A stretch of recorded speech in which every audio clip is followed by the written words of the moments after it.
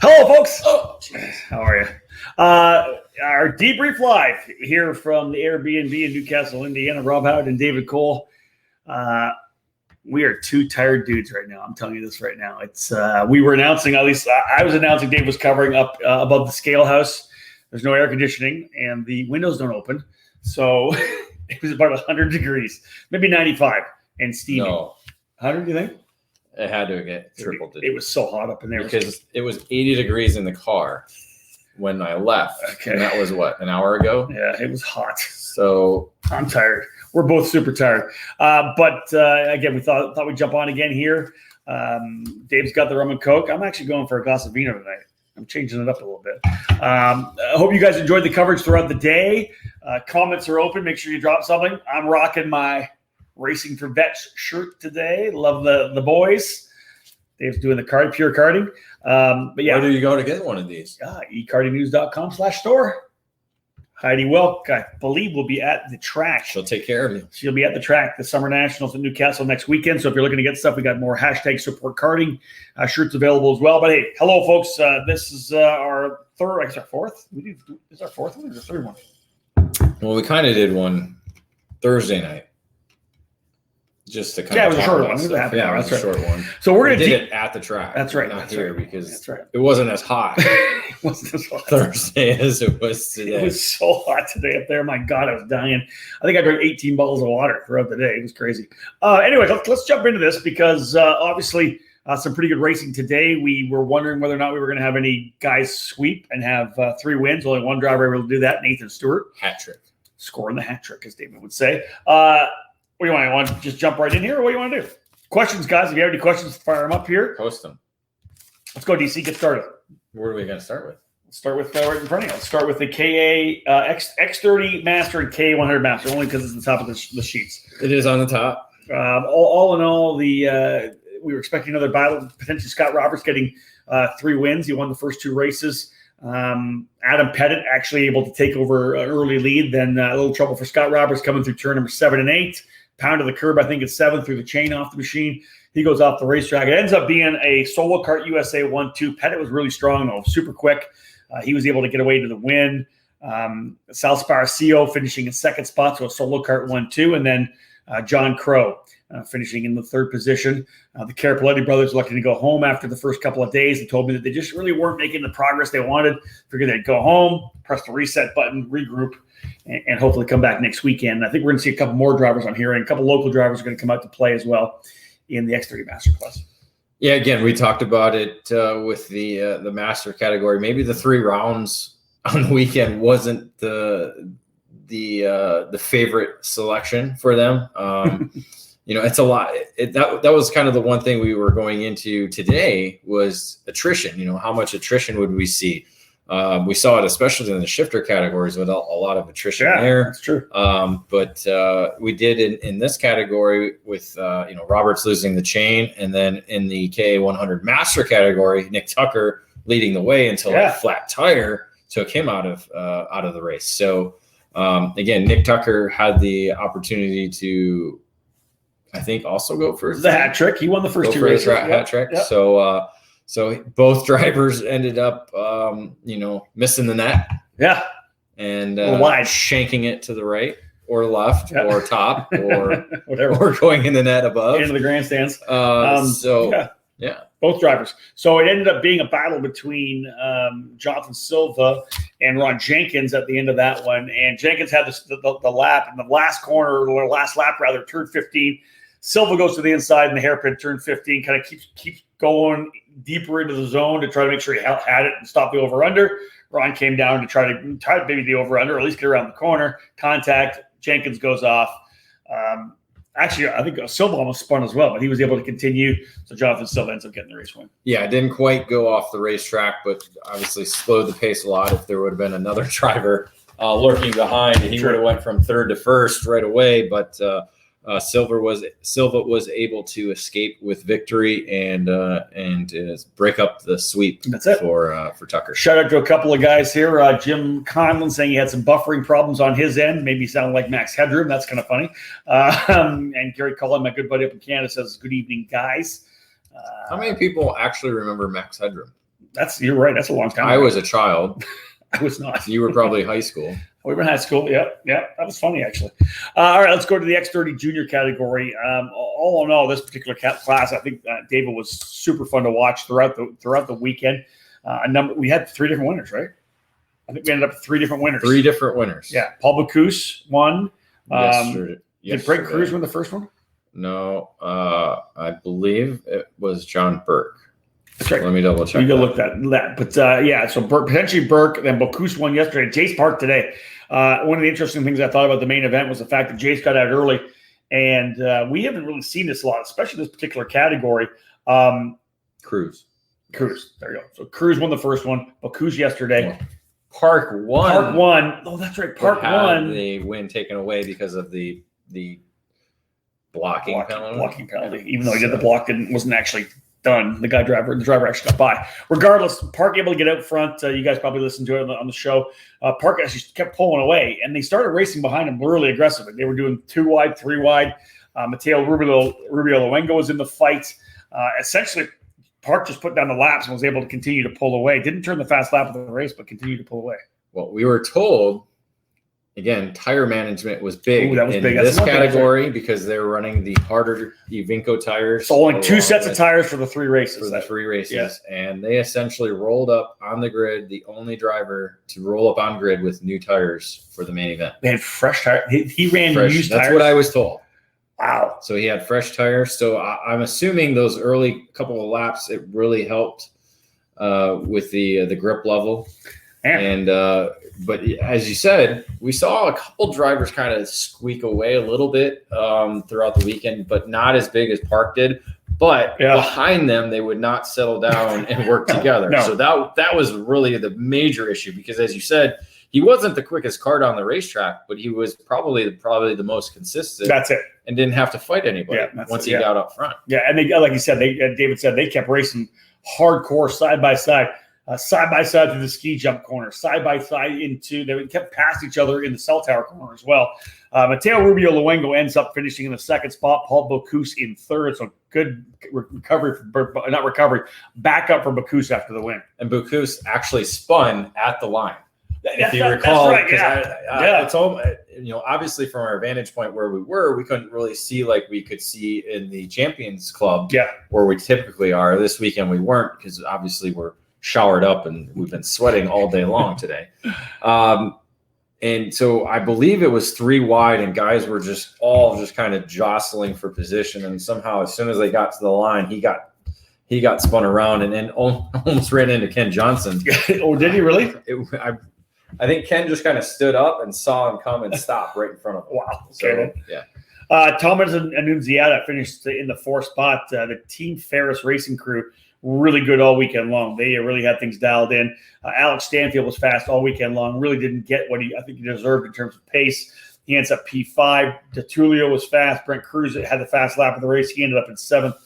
There's a number of drivers that were further back. On the results, I can't see where I want to say Mossman started almost dead last. Frankie Mossman moving his way up to the 10th position, I think. I'd grab that, David, because I just want to give Frankie a little shout out there because I think he was one of the big movers working his way forward. Started 30th, got up to 10th. There you go. Essentially dead last all the way up to 10th position. So Frankie Mossman doing a great job working his way forward there. All in all, the junior category, very interesting. Like we said, we had a couple of potential in the Masters class. Both Nick Tucker and Scott Roberts with a chance to win all 3. They didn't. But we had a couple categories with 3 different winners. We'll get to that in the shifter class too. But 3 different winners in the next 30 juniors. So totally wide open. We go into the race next weekend. Everybody's already asking about points. We don't have anything calculated. It's not our job. It's not our job, but we will try to do it as we go through the next 3 rounds. We'll see if we're able to keep up with because again, we're talking about 12 different categories. A lot to do. We'll see if we can keep up. I'll drop. David always up. As you guys know, if you follow the Pro Tour in the main event deals, last year I think the best one last year was the K100 Senior. We were just talking about that last night in the paddock. David was going back and forth with all the different permutations. He's running every lap. Changing, right? It was Persing, Ramirez, and Osborne. Yeah. And Dave was, of course, he's got the spreadsheet, so he's changing where they are on the track in every lap, and we're seeing where they are. And if this guy makes a move here, if he's able to get one more spot, he's going to win the championship.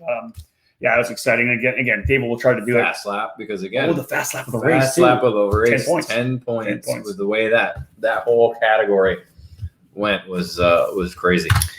Shout out to the boys from Full Gas Motorsports. I assume they're probably at they get B-dubs. They got 15 minutes before they get kicked out at B-dubs.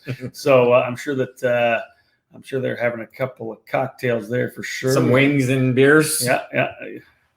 Who's this Nathan Stewart guy? I don't know. Nathan Stewart. No idea. All right, we'll get back to that in a second. I put the shifter off. We'll do shifters and we'll do X30 Senior at the end. Mark Trailer says, how about Ramirez versus Lemke? That's later. Go to Instagram. I'll just say that. Go to Instagram. There you go. I like it. Okay. I didn't know Mark Taylor was an Instagram follower. I guess he's all over. Maybe he's all over the gram. He's a social media butterfly. All over the gram. Joe Rook, Stewart is washed up. Wow. Dem's fighting words. I will say that Nathan says the 30-year-old. Says the 30-year-old. Yeah, exactly. I have to bring a bunch of Busch Lights just to make weight. Nathan Stewart pretty fast. Actually, he and Joe Rook battling it out. G1 and G2 drivers scrapping. Micro Swift category again. 3 different winners as well. Yes. Second place, both races. The first 2 races for Jack Iliff. He ends up winning this particular race, 43 thousandths of a second at the line. Top 3 drivers were locked and loaded. Asher Osteen was in there. Actually, there was a big group for the longest time. Caleb Tartar was up in the fight. I want to say it was 8 carts, I think, right? It was 8 at one point. Massive group. It was 8 carts at one point was the lead group. Yes. Sarah Bradley was at the end of that. James Moss was in there. Yeah, Caleb Tartar kept working his way forward. I think he probably deserved a better fate than finishing in 5th because Tartar was unbelievably quick. But it came down to Cameron Weinberg, actually. Cameron? Yeah. Carson. Sorry. Carson Weinberg was actually the leader at the final lap. And, of course, as you know, guys, in this particular layout, we're not going to see this when we come back next weekend for the reverse national where it's the right, left, right. We're not going to get the big draft. It's going to be the move into that corner, then the over-unders. Carson Weinberg led coming out of the final corner. Vivek Campton went to one side. Christy, don't do that to me.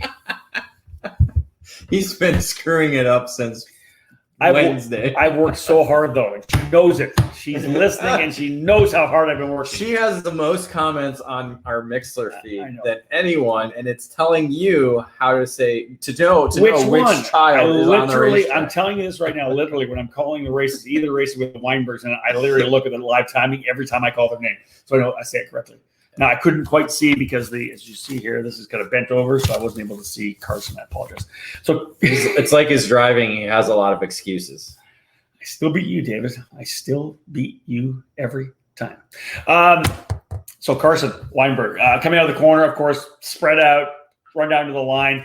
I think we both thought it was going to be Campan. Vivek. I thought he had such a good run. I'm like, this is a done deal. He's got it. Iliff went to the other side, I think, did he not? I don't know the actual order they were in, but it was a 3-wide finish. And from our vantage point, again, we were too far away to really see it, but it just looked like he had that just enough head of steam to be able to get there. But 2 thousandths of a second separated him and Iliff getting the victory. 3 different winners in the Micro Swift category. Jack Iliff with the win, Vivek Campton in second, Carson Weinberg in third. First name. This is it. So here's what's happening in karting, ladies and gentlemen. Carlos Calderon, a great idea. There's Cher, there's Beyonce, and now there's just Weinberg. That's it. I'm not trying first names. It's just Weinberg. It'll be like, oh, great run, Jack Iliff, Vivek Campton, Weinberg, Asher Osteen. That's how I'm doing it. That's it. It works. Where's Marianne? We pause this show for a quick commercial break. Stay tuned for more here on the EKN Radio Network. The Briggs & Stratton 206 engine is where out-of-the-box ease and outstanding consistency meet to create legendary races. Briggs & Stratton's history in motorsports dates back to when the first engines came off the assembly line in the early 1900s. Their focus on the grassroots level continues to help build generations of racers. Since 2008, The Briggs & Stratton 206 has gained a following that has the engine powering the largest fields in North American karting today. From the club level and track programs to traveling regional series and national events, Briggs & Stratton competition provides the most exciting racing in the sport. Engineered and hand-built exclusively for racing, every Briggs 206 engine is power tested and serialized before it goes in the box. Karters can take that engine straight from the box to their kart and be on the podium at the end of the race day. To learn more about the 206 engine and to find a North American dealer near you, head to briggsracing.com. Briggs & Stratton Racing. What powers you? From coast to coast, IAME has become the two-cycle engine of choice for American karting. The air-cooled 60cc Swift engine for micro and mini drivers provides the foundation for future, lifelong IAME drivers. The incredible IAME X30 power plant for junior, senior, and masters has provided stability in our sport since 2014, and it remains one of the most dependable packages today. In between is the KA100, perfect for club programs, and it's quickly becoming the most competitive division at the national level.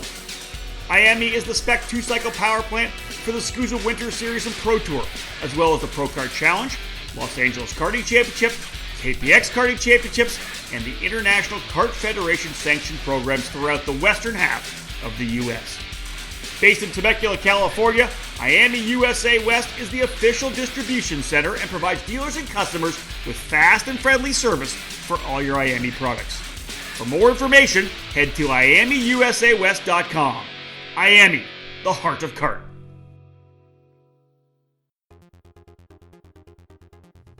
Leading Edge Motorsports is the industry answer to winning in karting.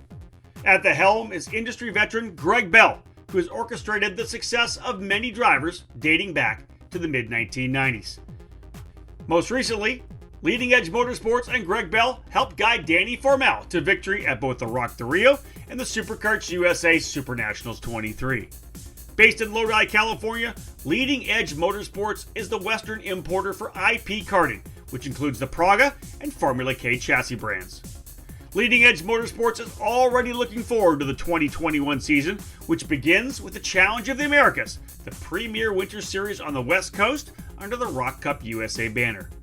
Leading Edge Motorsports is also eyeing the Florida Winter Tour and several other programs. Arrive and drive services to kart preparation and driver coaching are all available under the LEM tent throughout 2021. Greg Bell has been building racing engines for over 20 years, and he's excited with the continuing growth of his new Mega Power race motor building program. It doesn't matter what color your chassis is, choose Mega Power to get to the front. For more information, click over to leadingedgemotorsports.com and find them on Facebook. At Leading Edge Motorsports, winning never gets old.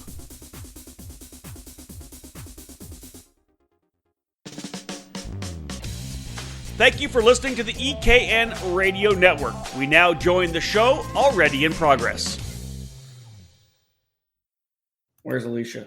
She's asleep on the couch right now. It's been a rough day. She's asleep on the couch, where we would both be if we possibly could. So, all right. So, bottom line is Jack Iliff, the reigning champion. You should see just the relaxation, right? Because he's got that other year. He's just so patient, not pushing hard. 2 second place finishes and a win today. I'm looking forward to seeing that. You and I love this class because micro always, the strategy is always there. The racecraft is always there. They don't drive like crazies, I think. And one key kind of element to today with that category is this is the third day of racing for them. I think with the younger categories, you see guys getting more and more comfortable as the weekend goes along. I agree with that. Yeah, I guarantee there's some guys who finish Sunday on a typical 2-round weekend. Man, I wish I had another day. One more day. Yeah, you're right. Everybody got that today, and I think the micro drivers really kind of took it to their advantage because we hadn't seen a big group like that in Friday or Saturday at the front. Yeah, and again. Entire management really isn't an issue in micro Swift because you could probably run those tires that's right. wrong, but again it's just everybody was comfortable. You get quicker and quicker as the weekend goes along. And I was going to say you looked at the fast laps. If you look from James Moss all the way up, so James Moss lays down a 1:26.5, smoking lap, literally a half a second faster than everybody. But still, 27 is down. But what I'm saying is, then you go 27 flat for Sarah Bradley, 27.1 for Toniolo, 27.2, 27.2, 27.1, 27.1, 27 flat. Go under that. I mean, even still into 27. Yes, just that lead group is so even 3 to 4 tenths among the top 15 is a great field. I mean, look at our, the X30 senior category. It's a similar type of gap. All right, KA 100 senior. I don't know what to say about Bryson Morris. We talked about how well he did last year, David, but it just seems like he's been a master all weekend long. It's like he goes to the front at will. It's home track, so he has a home track advantage, just like playing on home ice. When the Leafs play, or the Wings at what was it? Oh my gosh, Joe Louis.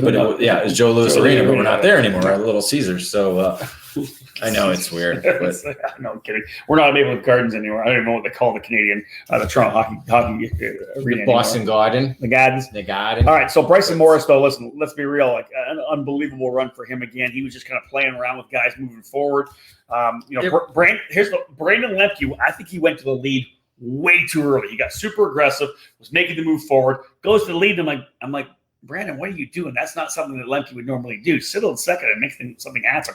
I just thought he pushed too early. Well, and in my notes I have this, and we talked about it after the race was done. It was a 16-round fight. Yeah, you call every lap a round. Nobody backing down. It was trying to win every lap. And I think that's what we saw throughout the race, because I think at one point we had 8-10 guys in the league, at least lead pack somewhat. And everybody was gunning for the number one spot or passing somebody. It was just shuffle throughout the 16 laps. And you pointed that out, that Lemke might have made the move too soon, but maybe you just want to get out there and get away from it because you don't know what's going to happen. I guess you test the water. You test the waters. Right? If you look at the video, when you're sitting fifth or sixth, you get in schmozzles and a little hand gestures here and there, and stuff happens. Flipping each other off out there, maybe potentially. Right? Possibly. I don't know anything official. Instagram, so just check the gram. Check the gram. In the end, Bryson Morris with the win. Just able to outrun Arias Dugmedji, and Connor Ferris again had a great run. I talked about the whole team at Team Ferris were very strong. Connor ends up P3. Garrett Adams, I think, led at 1.2. I think everybody was up. I think everybody. You're probably right there. Alejandro Jaramillo was a driver who was kind of out of the fight for a bit, but then the cross-league driver able to work his way back forward. Here's something here for you. Let's drop this here right now. Andrew Berdozo says Magic is looking for a K100 driver to complete our domination. There you go. Just throwing that out there. Emery Lida, agreed. He was in the fight. 13 drivers within 3 seconds at the end. That is very true. He finished. Emery was right there. 3 seconds. 2.6 back. Emery had a really good run. Congratulations, dude. Well done. Up. I just had it there. Where was it? Yep. Up 9 spots. That's solid. 19th to 10th. Good run for sure. And again, this kind of competition, right? This class, as we know, 100cc racing is so much fun to watch. No one really can ever really get away. The draft is so big here. There were times where drivers could potentially pull. But again, the big run out of 15 to the hairpin, the big run back, it literally, at one point, somebody had like a half a second lead, right back in. And this is one class we didn't really get into tire management. We didn't hear anybody giving us any secrets or tips on what happened. So, Emery, if you kind of have an idea of what you don't have to tell us what you did, but you can tell us what other people did that you saw. So, Emery, you're there. Let's see some posts here. Who saved? Did anybody save? Nobody went. Did anybody go stickers? Nobody saved a set of stickers. I don't think in this class. They did in the X30 seats. Literally saved stickers for the finale. So they ran one set. I know, but was it stickers, or did they do qualifying on a set and hold that set? Because literally it's 5 laps. Stickers. You can scuff a set of tires. You want me to contact my source? Yeah, contact the source. I want to find out. Because literally you could have scuffed a set of tires. Like, how many 5 laps in qualifying? Scuff a set, put a heat cycle on them, and run them in the main event on the final main event. I think it's awesome. Here you go. Garrett Randolph says Garrett Adams day one was fast. No doubt about that. Garrett both he and Logan were very, very quick, which I thought he was fast all weekend. Here you go. Emery Lida. Luca was on brand new tires in final 3. Yeah, but but fast lap of the race. He was. He ends up finishing. I think 14. he was among those drivers that were in the mix. Wow. Did he get a penalty? I think he might have got a penalty. No? Hold on. 99. Again, there's so much racing and we're trying to keep track of everything. Emery also says that Garrett had 2 right. What's that? You mean 2 fresh? He had two tires? Oh. 2 tires. Hey, you know what? Track predominantly lefts. Here you go. Hey, look at Emery dropping here. Bryson, Mockabee, and Cicero all had new ones in final 2. So Mars finished 3rd. He had to have a penalty that we can't. This I find interesting. Garrett, Emery, are you saying he had the 2 right side tires? Fresh right side tires? Because again, the track is predominantly right hand corners. I was told some of the left hand corners. Some of the micro drivers did only rears. That's really interesting. So again, it was you get 2 sets. So here you go. Some other drivers. Well, we already put that up there. That Bryson, Mockabee, and Cicero had new tires. I remember when the SKUSA Pro Moto Tour started, which just shifters back in '99 to 2000, whatever it was. They would do a 5-lap qualifying session, 3 heat races in the main, and you only got 6 tires. So not even 2 sets, 6 tires. So Mars finished 3rd on track, but received a 5-second penalty for pushback bumper. Dropped him to 14. So the job I was okay. So it's hard to remember all this stuff when we're wrapping things up. So that's a tough one for Luca because he was really good, solid. Again, we're talking about a rookie senior. This is great stuff. So they had the tire management. They just didn't have the front end of the cart. Yeah, that's right. That's right. Luca getting a little aggressive, or potentially, as we know, could have been a little brake lock. So my source says from the X30 Junior. Jace Park was on sticker tires for the main event. Damn. So he actually went through. Ran 1 set for 3 days until the final today. Wow. So again, tire management can take you a long way. Well, here's the thing. He again won the opening day, except for the penalty taking. Well, on the fresher tires then. On the opening day he won. What I'm saying was he would have been on fresh. He would have been on new tires. Everybody was on the same tires. Everybody was on the same tires the first day. The second day was a full set of used tires. Second day, I want to say he was top 10. I really think this is going to be crucial when it comes to winning the championship. What do you have to do? Like, how do do you hold on to tires to be badass on Sunday for Championship Sunday? Here's Emery again, guys. Here's some more input. New tires worth about 0.3 of a second in the first session, but after 3 sessions, it evened out. Yeah, that's what I would figure too. But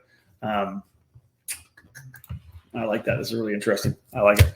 It makes for some interesting concepts, strategy. Rolling the dice. Hey, you know what? We need to really, especially what if you have 4 great finishes? You had 3 good finishes here this weekend. You come out of the gate with a great finish in no drops yet in 4. You roll the dice on used tires all day, race 5 on Saturday to have fresh tires at the end on Saturday. I would. Right, of course. It gives you the opportunity to do that. Yeah. I like that. I mean, I would have done that but again, depending on where you finish kind of leads to what your tire selection is going to be. Agreed. But if you have a solid first round, and your second round is solid, you don't have to use those new tires on that second day. You can hold it. And you roll the dice on, like I said, on round 5, you roll the dice because you've already got 4 great finishes, knowing you save a set of tires for. I like it. You always, it's like poker. You always got to have a little something hidden away. Phil Pignacero says, "What's up, boys?" Piggy. I always had a Piggy. That's awesome. All right, let's go to Mini Swift right now. David, Leading Edge Motorsports, the sponsor, Mini Swift. This lead group was absolutely stellar. Parker DeLong, Caleb DeFaro, John Antonino, Mateus Orjuela actually in the fight. He wasn't there in the first couple of days, but he was definitely right in the middle of the scrap. Max Garcia was in there as well. We'll talk more, of course, about what's going to happen coming forward. Every driver in that top 5 led at one point, to be honest, throughout the main event. So here's another penalty here as well. I remember Sebastian Weldon, because I think they finished 6th and 7th on the racetrack. So let's take, there's got to be something with Weldon. 194 incident responsibility with 140 and T1. All right, so we got 10-second penalty because the Weldon Cooper Shipman. They were running with Cooper Shipman, and all of a sudden, a lap later, Shipman was gone. So that would explain that. Before we jump into this, Pignataro again saying for sure new tires for Jace Park. in the final. But here's the kicker right here. And then it rains. Chuck Cafera. Listen, literally, folks. I know this every single day. I hope this doesn't happen. This is Newcastle for the next week. Rain. Let's hope that goes away. Although I'll tell you this right now. I know that nobody likes racing. It's not a lot of fun racing in the rain. But what I really dig is let's see who's going to be fun in the rain. Who's good in the rain. That's great for a national championship, I think. Right? It's like throwing wrenches when you're playing dodgeball. Yeah, right? You just got to go with it. But hold on, figure out who's going to be. Heidi, I'm staying home. So yeah, we may not have the EKN styled garage here if Heidi's going to stay home. And again, as Emery Lyon said, reverse national. You should just sell everything out of the van like it's candy. Ooh, free candy. Anybody want some candy? Here's what. Heidi, here's what we need to do. We need ekartingnews.com rain jackets. Let's get some of them printed up real quick. That. Or umbrellas. We need an EKN umbrella. Umbrella would be good. I think I would buy an umbrella. I'll go with a jacket first right. because I'm in the rain. You're not. That's true. I'll be dry. I'll be super dry the entire time. I'll be warm. Yeah, I'll be warm. Swelteringly hot. All right. All right, let's just go to Mini Swift. Creeping me out right now. Totally creeping me out. Again, in the end, back and forth. Parker DeLong was up front. I think almost every. That's what I said. Everybody. Gafar led? No, Gafara did not lead. Okay. No, he held on. He held on to the back of the pack. There's no way he was holding. He was literally fifth. Mateus led. Garcia led. Antonino led. DeLong led. All four of those drivers. All those guys led for sure. In the end, Parker DeLong moved his way, made a move, I think, to the inside of 13, right? Made the move inside of 13. There was a lot of shuffling, as I said. We said all four of those drivers led. DeLong was leading, white flag, defensive line.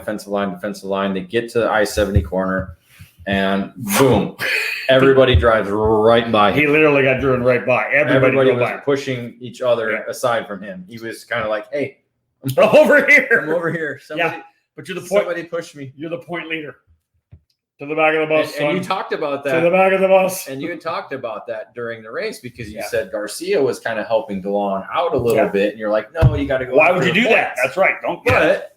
If you know you're going to be able to pass him on the last lap, it kind of helps. It's like, get away. So Max Garcia with the win by 65 thousandths of a second. Mateus Orjuela, as I said, coming into the fight as well this particular day. P2, John Antonino again.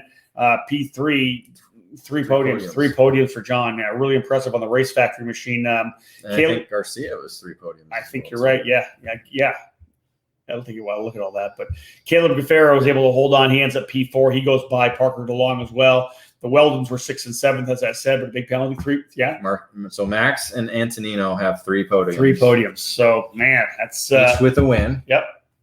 And each with 3 podiums. So those guys have essentially probably put themselves in the championship lead. And then you got DeLong probably sitting there in 3rd. Yep. And then it's kind of a mix of three different winners, right? Yeah. DeLong, so Antonino, and Garcia. Top 3 for sure. Yep. So, but with 3 podiums, that certainly helps you compared to 2 to what DeLong has. Here's this for you, David. What? Does DC or SKUSA have points already? Where? We're not doing it, Carlos. We're not.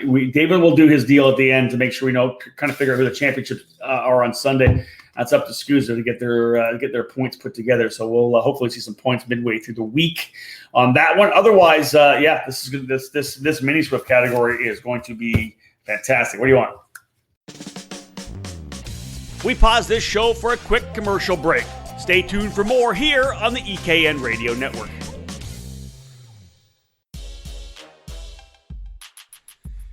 In karting, it's important to be supported by the right people. With over 40 years of experience in the sport, Trinity Karting Group has everything you need to make your program successful. We do it all, and we do it right. Trackside support and arrive and drive programs at many of karting's biggest East Coast events, full product sales and service, and professional coaching from our experienced staff. Trinity Karting Group is a full-service operation based at the Motorsports Country Club of Cincinnati, which gives us access to our custom-designed driver training facility. This allows us to offer private one-on-one coaching to take you to the next level. We're also your Midwest home for Tony Kart and IAME, and we're your source for MG and Iveco tires in the region. Tony Kart quality cannot be beat, so call us today to put you in a new chassis for your next event. In 2020, we'll be racing and providing arrive and drive programs for the full SuperKarts USA Pro Tour and the Great Lakes Pro Kart Challenge, the WK's Kart Week in Daytona, and exciting events like the USAC Battle at the Brickyard and the Rock Island Grand Prix. From arrive and drive and coaching programs to the parts you need, let Trinity Karting Group provide you with customer service and a racing experience second to none. Trinity Karting Group has a long history in the sport, a winning pedigree, and we're dedicated to driver development. We take pride in our professional approach and our positive attitude. Let us build a custom race program for you. Give us a call at 513-421-4463 or check us out online at trinitykartinggroup.com.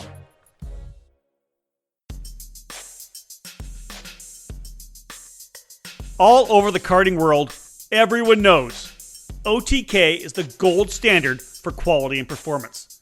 In the US, OTK USA is the source for all things OTK.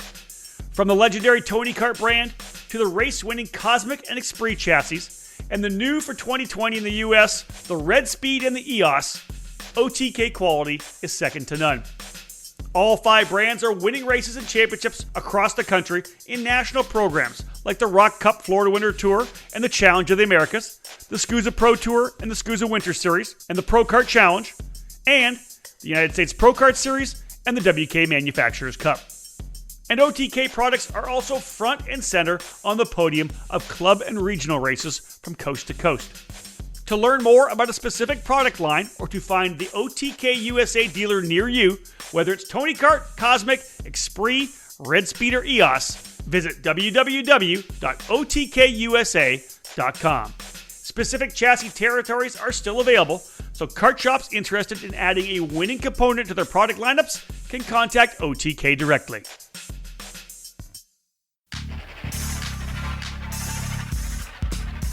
Experience and passion.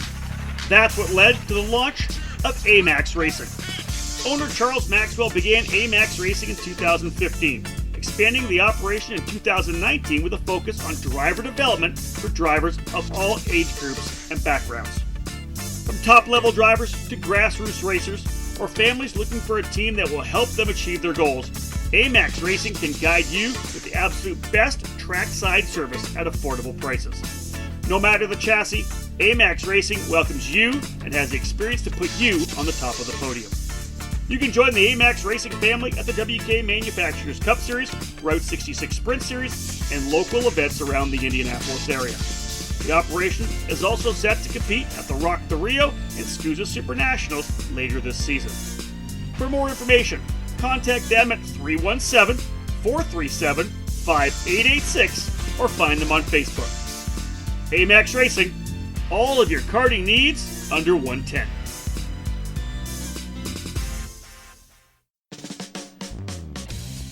Thank you for listening to the EKN Radio Network. We now join the show already in progress. Braden Zervis? Let's give him one. I tried to go over to see if they were there because we talked to Braden yesterday. A great run for him, able to go into the top 10, worked his way forward. We had played little bags with the guys, little cornhole with the Zervis family last night, and good to see Braden come in here. And I want to say, where did he end? Where was he in the pre-final? Or just looking, 12. So but he qualified top 10, because he didn't spin, and that's it. That's what we talked about, right? And so he was qualified in the top 10, slipped a little bit in the pre-final, but top 10 in his again rookie mini Swift driver, which I thought was fantastic. I think he was probably one of the top rookies. Antonino, I think he's a Pro Tour rookie, but I think he ran mini last year. Antonino? Yeah, Antonino. Well, his dad's right on here right now. Let's give us an update, guys. Is this John's? Did he run mini last year? Is this his first year mini last year? Here you go. We'll get an update there. And again, to beat drivers like Ben Mir and Weldon and Conrad is another rookie. So he had a great drive. Yeah. He started last, didn't he? 22 spots. 22 spots. So Spencer Conrad up 22 positions. Who was the hard charger? He ended up finishing 8th. So he started 40th and he finishes 18th. So Brinkman. Brinkman was actually I mentioned that 38 to 8. So 30 carts. 30 in carts. 16 laps. So that's 2. Now, did I not mention this last night that I thought Brinkman was going to be a guy to watch up front? I think I'm pretty sure. Well, he was trouble until he had pre-final trouble today. But right. Shout out to Cameron Brinkman. So, yeah, true. All so right. second year for John Anthony. But I think it's his first Pro Tour event. I don't remember him on the Pro Tour last year. So yeah, he's a good shoe. Like I said, I had a chance to interview John after he won at in the micro class at the Streets of Lancaster Grand Prix. That was a fun interview. Fantastic. Emery Ladd is saying, 38 to 8 for Brinkman. It's kind of like me at the Brickyard where I went 60th to 34th. Really fantastic, Dave. Good for you. Had you not wrecked, you might have been able to beat me there, but you didn't, which is awesome. Let's go to KA1. Let's go to KA100 Junior. I tell you, you look at some of the best juniors in the country right now, and you got to put John Burke, Carson Morgan, Brent Cruz, all in that group. Mateo Rubio, Luengo. Yeah, but like the top 3 guys, they finished. Those guys. Mateo's a fantastic driver. Aiden, obviously new to the Pro Tour. I don't know if Aiden ran last year in the Pro Tour. No, Pro Tour two debut, poles, I believe. 2 pole positions on the weekend. I think he was pole twice, right? Yeah, and coming off Route 66 victories, I think victories or podiums, one or the other. North Carolina driver, so obviously has been comfortable racing with Cruz, racing with Weston Workman, all those. Another guy, Weinberg. Just Weinberg, yeah. So getting used to that. Levy's been impressive over the last month, with racing route USPKS and now here. So I'll give a shout out to Weston Workman as well. He ends up finishing P6, but Weston was a badass out there working strong. Well, hold on, quick. Who's this guy? He came from the back. Jim Zilich. He's in Europe probably watching. So what?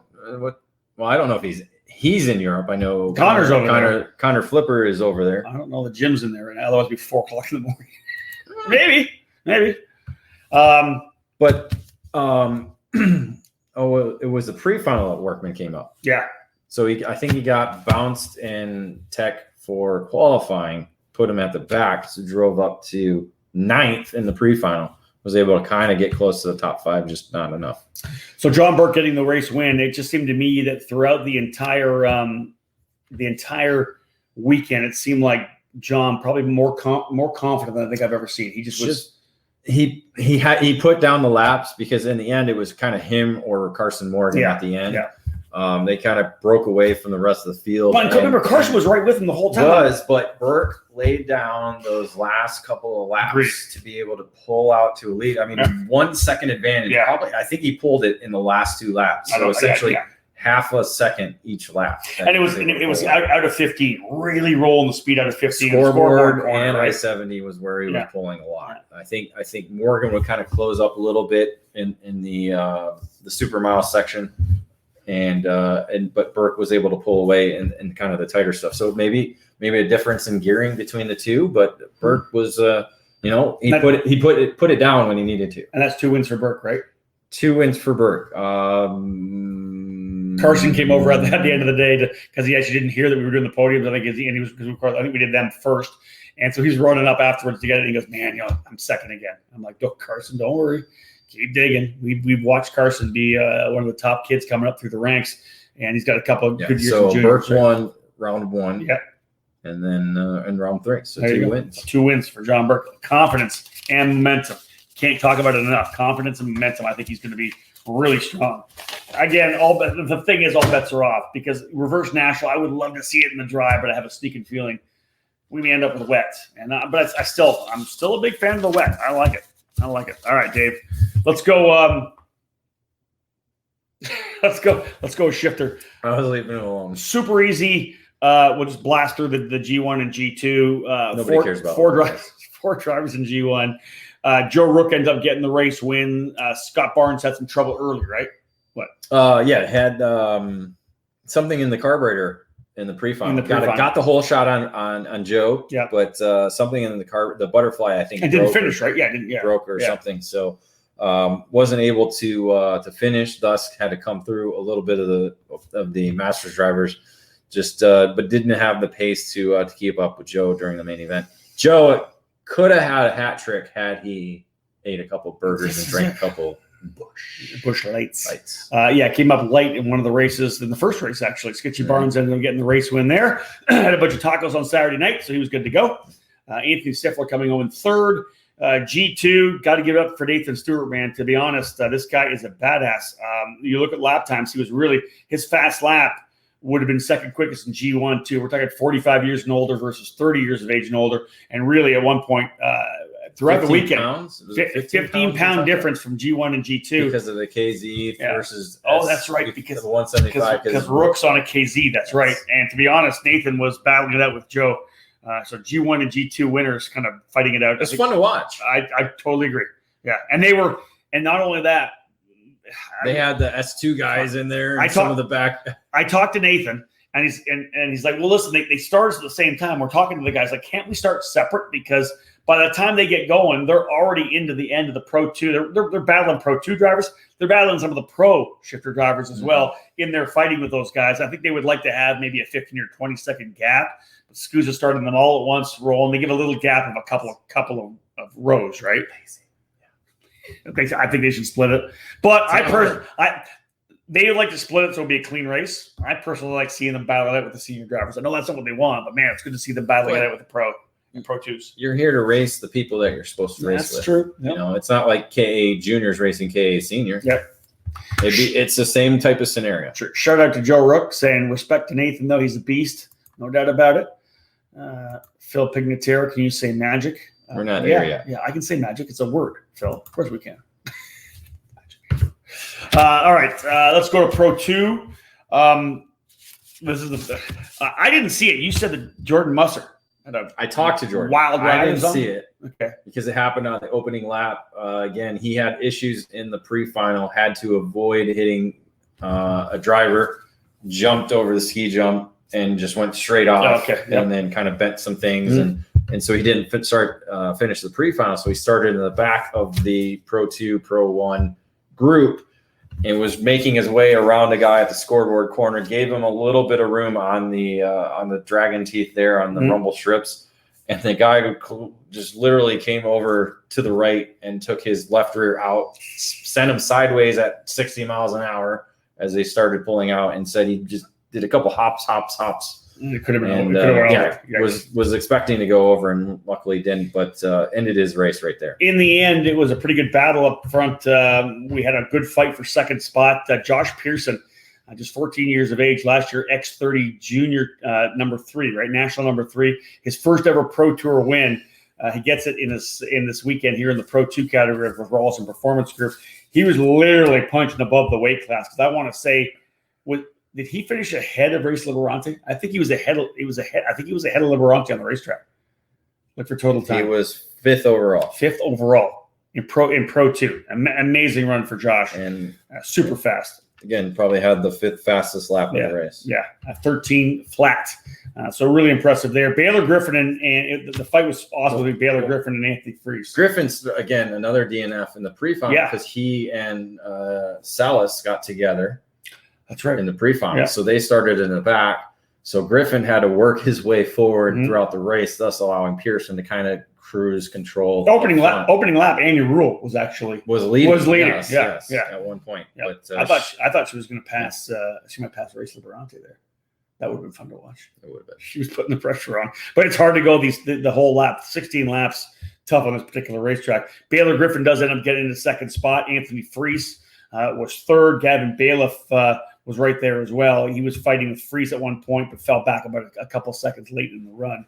Otherwise, that's Pro 2. Josh Pearson, congrats. Big race win for him. We'll get to the Magic now because Magic Kart USA, what a weekend.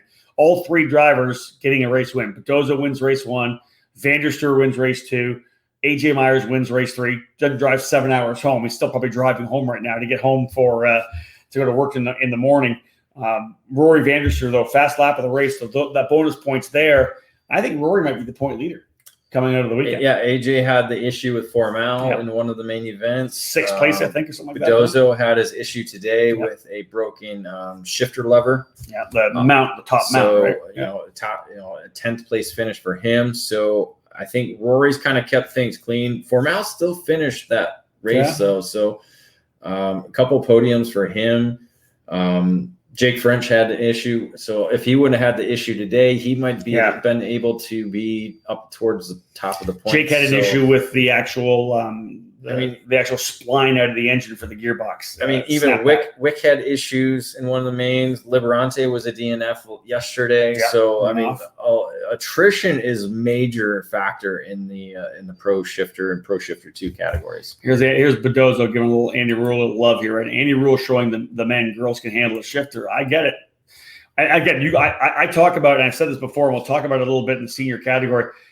I look back at the 20 years I've been doing this, and I think of the probably five girls that have really, really, really impressed me over the years. Obviously, Hannah Greenmeyer being one of them, Ashley O'Hara the other, Sabre Cook, of course, in a shifter cart as well. You got to go back to Danica in the late 90s. She won a lot of races in the WK Manufacturers Cup. And you're talking about shifter racing. Probably the best girl I've ever seen in a shifter cart was Juliana Chioviti. That she could handle it. She hustled that car around in the S2. She never went to the S1 class, S2, and then kind of moved to try to go to cars. But Andy Rule doing a great job. And she had a good punch. Yes, she did. Fantastic right hook. Andy's going. I'm sure everybody's telling Andy this. She's got to work out. The bottom line is she's got to get herself dialed in. She's got to get strong because these are tough carts to drive for sure. Look at Mark Trailer, Thomas Buckley. They all know about Juliana Chioviti. She was an absolute badass.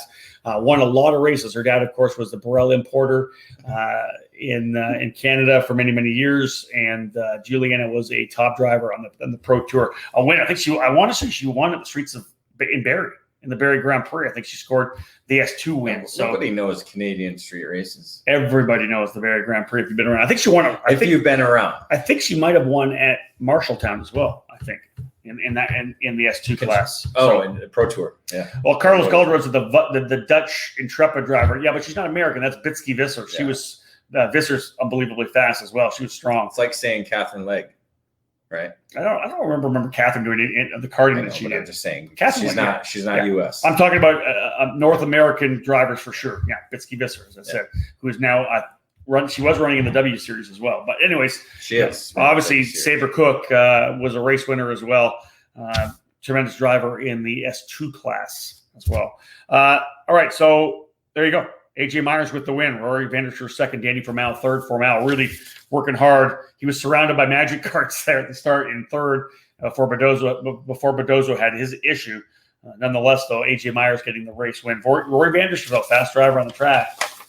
I think that's really good. It's going to be really good. The next three rounds are going to be, especially if it's in the rain. And Formal is all about it. Formal wants it. Formal would come out there. He would come out with a hose and soak the track to be able to race. If it rains, do you think that Josh Lane shows up? Well, I think it's not. But he's so good in the rain, man. He's fun to watch in the rain. He's a rainmeister, but I don't know what he's doing actually. I don't know why he's not. He's probably working.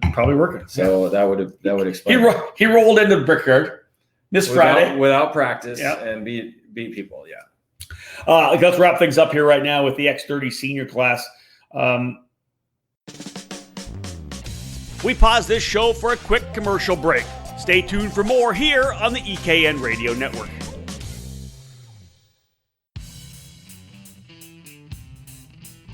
Acceleration Kart Racing is your first and only stop on the internet for karts, parts, and safety gear to get you on the track. ShopAKRA.com offers a great selection of karting equipment on a user-friendly website. Acceleration Kart Racing has aligned itself with many of the top manufacturers and distributors in the sport to ensure that all the latest equipment is available to you, the consumer. With customer support available 6 days a week, you can be confident about getting the right parts at the right price. Be sure to visit shopakr.com today or stop by their headquarters in Las Vegas. Also, follow them on Facebook, Twitter, and Instagram for the latest specials, clearance items, and new products.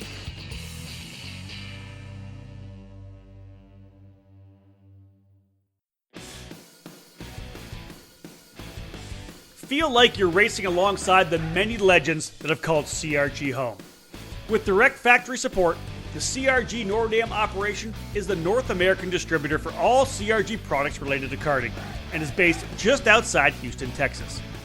The complete racing chassis line, including the famous Road Rebel shifter kart, is available through CRG Nordam.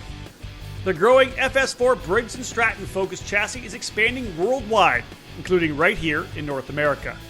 Many tracks, indoor and outdoor, have made the switch to the Centurion rental kart line through CRG. New for the 2020 season is the Mini Hero for cadet racing, homologated for FIA competitions around the world.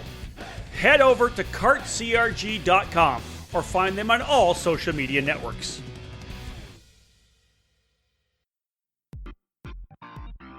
At Solo Kart USA, designing and manufacturing the most driver-friendly karts has been our goal from the very beginning. Design, build, test, and then race. Over and over and over until it's perfect. The result is a kart that gives you complete confidence, knowing that the equipment can get the job done and you can focus on what separates every field in karting: driver talent. How do you know how to tune your team's chassis if you're not driving it yourself? At Solo Kart USA, we drive our own karts and we race regularly. Solo Kart is our program and we race what we sell. Every lap we turn, at tracks all over the country, provides information and feedback that we use in further developing our chassis. After 4 years of dedicated testing and competition, our Solo Kart USA program is exactly where we want it. It's ready for you. Louis Westover put our Solo Kart SK2 on the X30 Senior podium at the opening round of the SuperKarts USA Winter Series in January, topping 50 other drivers. And our own Adam Pettit followed suit with a second-place finish in X30 Master. Check out www.solokartusa.com to learn more and break away from the pack. Thank you for listening to the EKN Radio Network. We now join the show already in progress. You know what? Anytime you have a senior class like this, we've got so many of the drivers that we've watched come up through the junior category, David, who are moving themselves up and running top 10, right? Opening couple of laps were a little bit aggressive. We had a big wreck at the very start in turn one. Thomas Naveau coming from, I believe, moved to the big right, to the right. Actually, I believe he got a penalty for the move. It ends up catching out Dugmedjian. Dugmedjian gets up in the air, comes down, I think, on top of Braden Eves. So Eves was out in the opening lap. Dugmedjian. And Jarzakrak, who was behind both of them. That's right, yeah. So it was kind of a cluster with a K in the opening corner, which it shouldn't be an X30 senior, but it happened to be, and allowed a few drivers to kind of break away from the field because everybody was in a little mix up there. So in the end, it turned out to be a 3-driver breakaway. Ryan Norberg found his way to the front. The first time he's actually been at the front of the pack throughout this entire weekend. Again, Ryan Norberg, as we know, right? I think it was the first time he led all weekend. All weekend. That's what I'm saying. All weekend in the final. 4-time consecutive SuperKarts USA national champion, trying to go 5 championships. Very consistent. It looked to me like he was almost lining up for a win, but leading in that last lap, I'm like, what are you doing, dude? You know better than that. I just think he figured he was going to be able to make it happen. He led, his teammate behind him, Bryson Morris. They were, at the very end, pulling a little bit from Luca Mars. There were times where there was like 4, 5, 6 kart lengths, but then Luca would use the draft to get back up. And I thought that they had enough. When they came out of 15 out of the scoreboard corner in the final circuit, I was sure that they had enough. It was going to be RPG sideways, 2x2 across the line. But a good run through the hairpin I-70 for Luca, and he got the full draft of both those guys. Morris ends up getting the win, and Luca pushed him past Norberg. The gap between Mars and Norberg was 68 thousandths of a second. So Ryan goes from Morris to Norberg. So 3 drivers within 68 thousandths. Oh, that's right. I was looking for that. Yeah, actually, no. So only 9 thousandths of a second between Mars and Norberg. Yeah, that was a close finish, but Morris certainly had the advantage at the line and scored his 4th victory on the weekend. So 2 in X30 senior. He had 2 wins today, KA senior, X30 senior. So 2 wins in each category. How good is it to see Ashley O'Hara up here again? We over the years we've had a lot of fun watching Ashley do what she did, win races that she did. Obviously, one of the finest female racers we've ever had in the sport. But she comes back with her dad, working out of the pickup truck, Jim wrenching on the cart again, and she ends up P4. Her and Philip Arscott were locked and loaded. She finally was able to get by Arscott. Almost had a chance to win the pre-final. No, that was it. I thought that was yesterday. I know. How much had a chance to win a pre-final? A pre-final yesterday. A pre-final. And I asked her, I said, does that make up for yesterday, finishing fourth? She's like, a little bit. She pulled in one lap early. She smiled about it. She pulled in one lap early. And I think that's the thing, they're having fun. They always did. It seems like they always did. I just love that. But when you're at that level, I mean, you look at guys like Norberg, Jars of Crack, like, yeah, they're kind of having fun, but it's serious. When you talk to them right after a race, that's right. That's true. Needless to say, Ashley was super quick. She was able to get by Arscott in the final lap. They were running fourth and fifth, trying to reel in that lead group. The lead group is working together too nicely. Ashley ends up finishing fourth. Philip Arscott on the WPK, the Will Power car, in fifth. Hannah Greenmeyer, strong all day long. She ends up finishing in the sixth position. She didn't get by. She moved her way up into sixth. Tracini in seventh. Ports in eighth. Tyner ninth. And Cole Morgan rounding out the top 10. Good penalty, as we said, for Thomas Naveau. Otherwise, all in all, Bryson Morris really flexing the muscles, I think. Yeah, probably is going to be leading both championships going into next week. And he's a rookie senior, right? Rookie senior. What? But again, that home field advantage. Everybody, it might not be a big deal at other tracks, but I think here you just kind of understand the way the track changes, because we know that the Newcastle Motorsports Park, it changes as the day goes on, and having that little bit of advantage kind of helps. And again, confidence. Yeah. You watch him on the racetrack, he's not making bad moves. He's making confident moves. I would totally agree with that. And with I almost want to say the confidence, and there's this level of patience, and he's just relaxed. I don't think I saw him force a pass. He was happy to let Norberg lead in those laps because he's like, sure, I'll wait.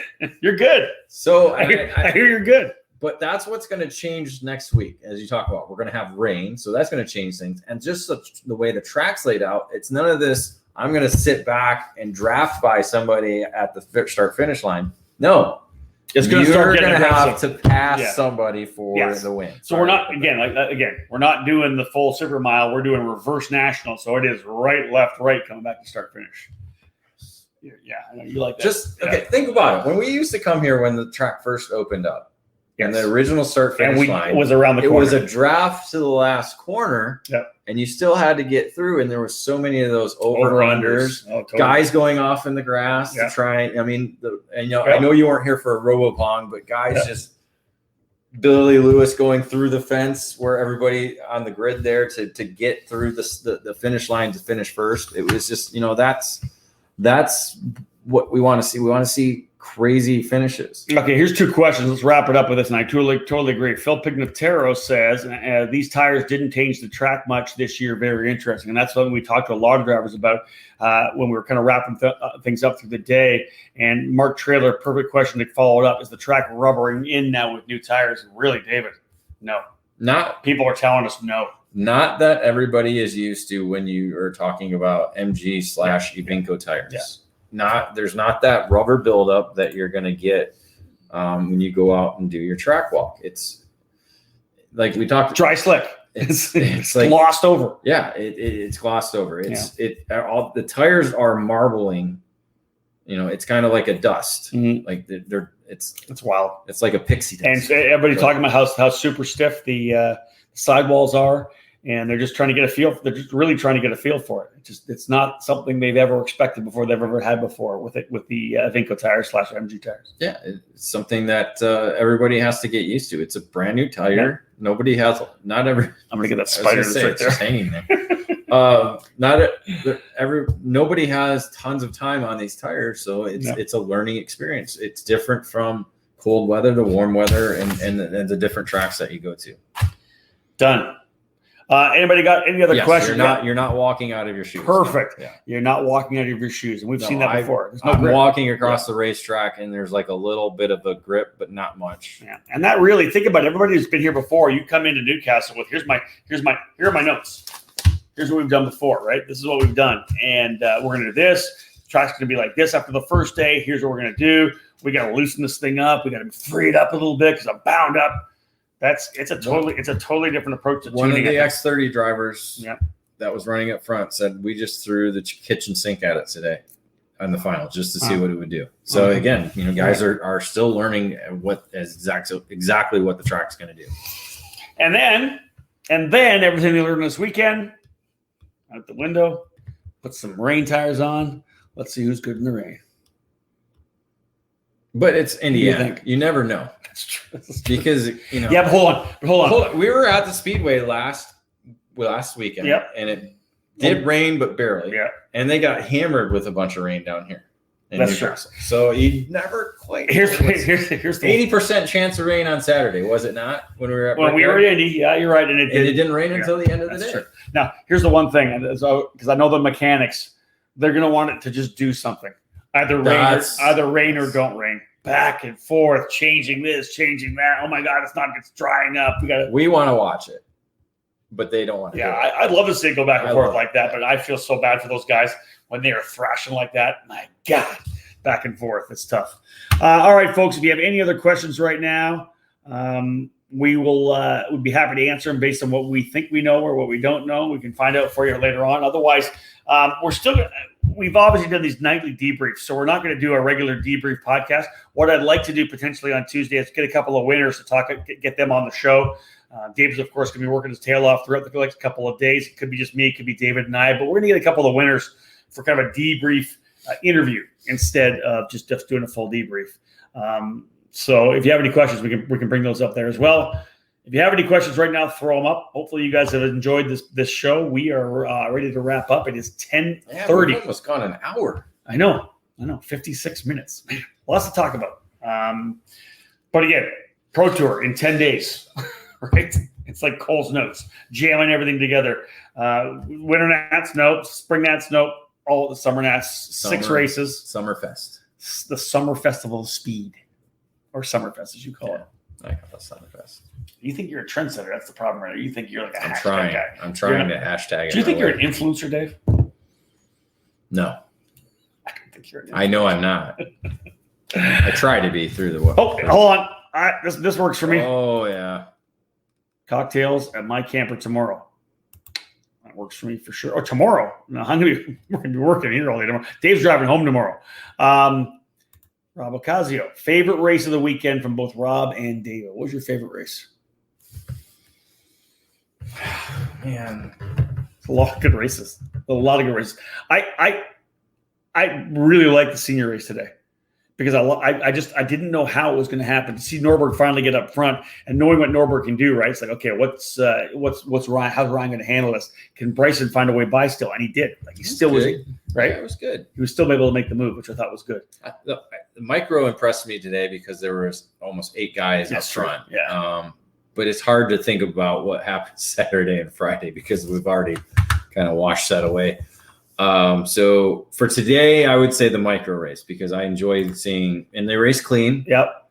Race good. They're not flipping each other's signals like we see in other categories. Here's one for you. But again, the KA100, it was a boxing match. I love KA100. That was great. We love 100cc racing here in the United States. Here's a question we probably shouldn't touch, but we will anyway. Sounded like there were some complaints about the new officiating.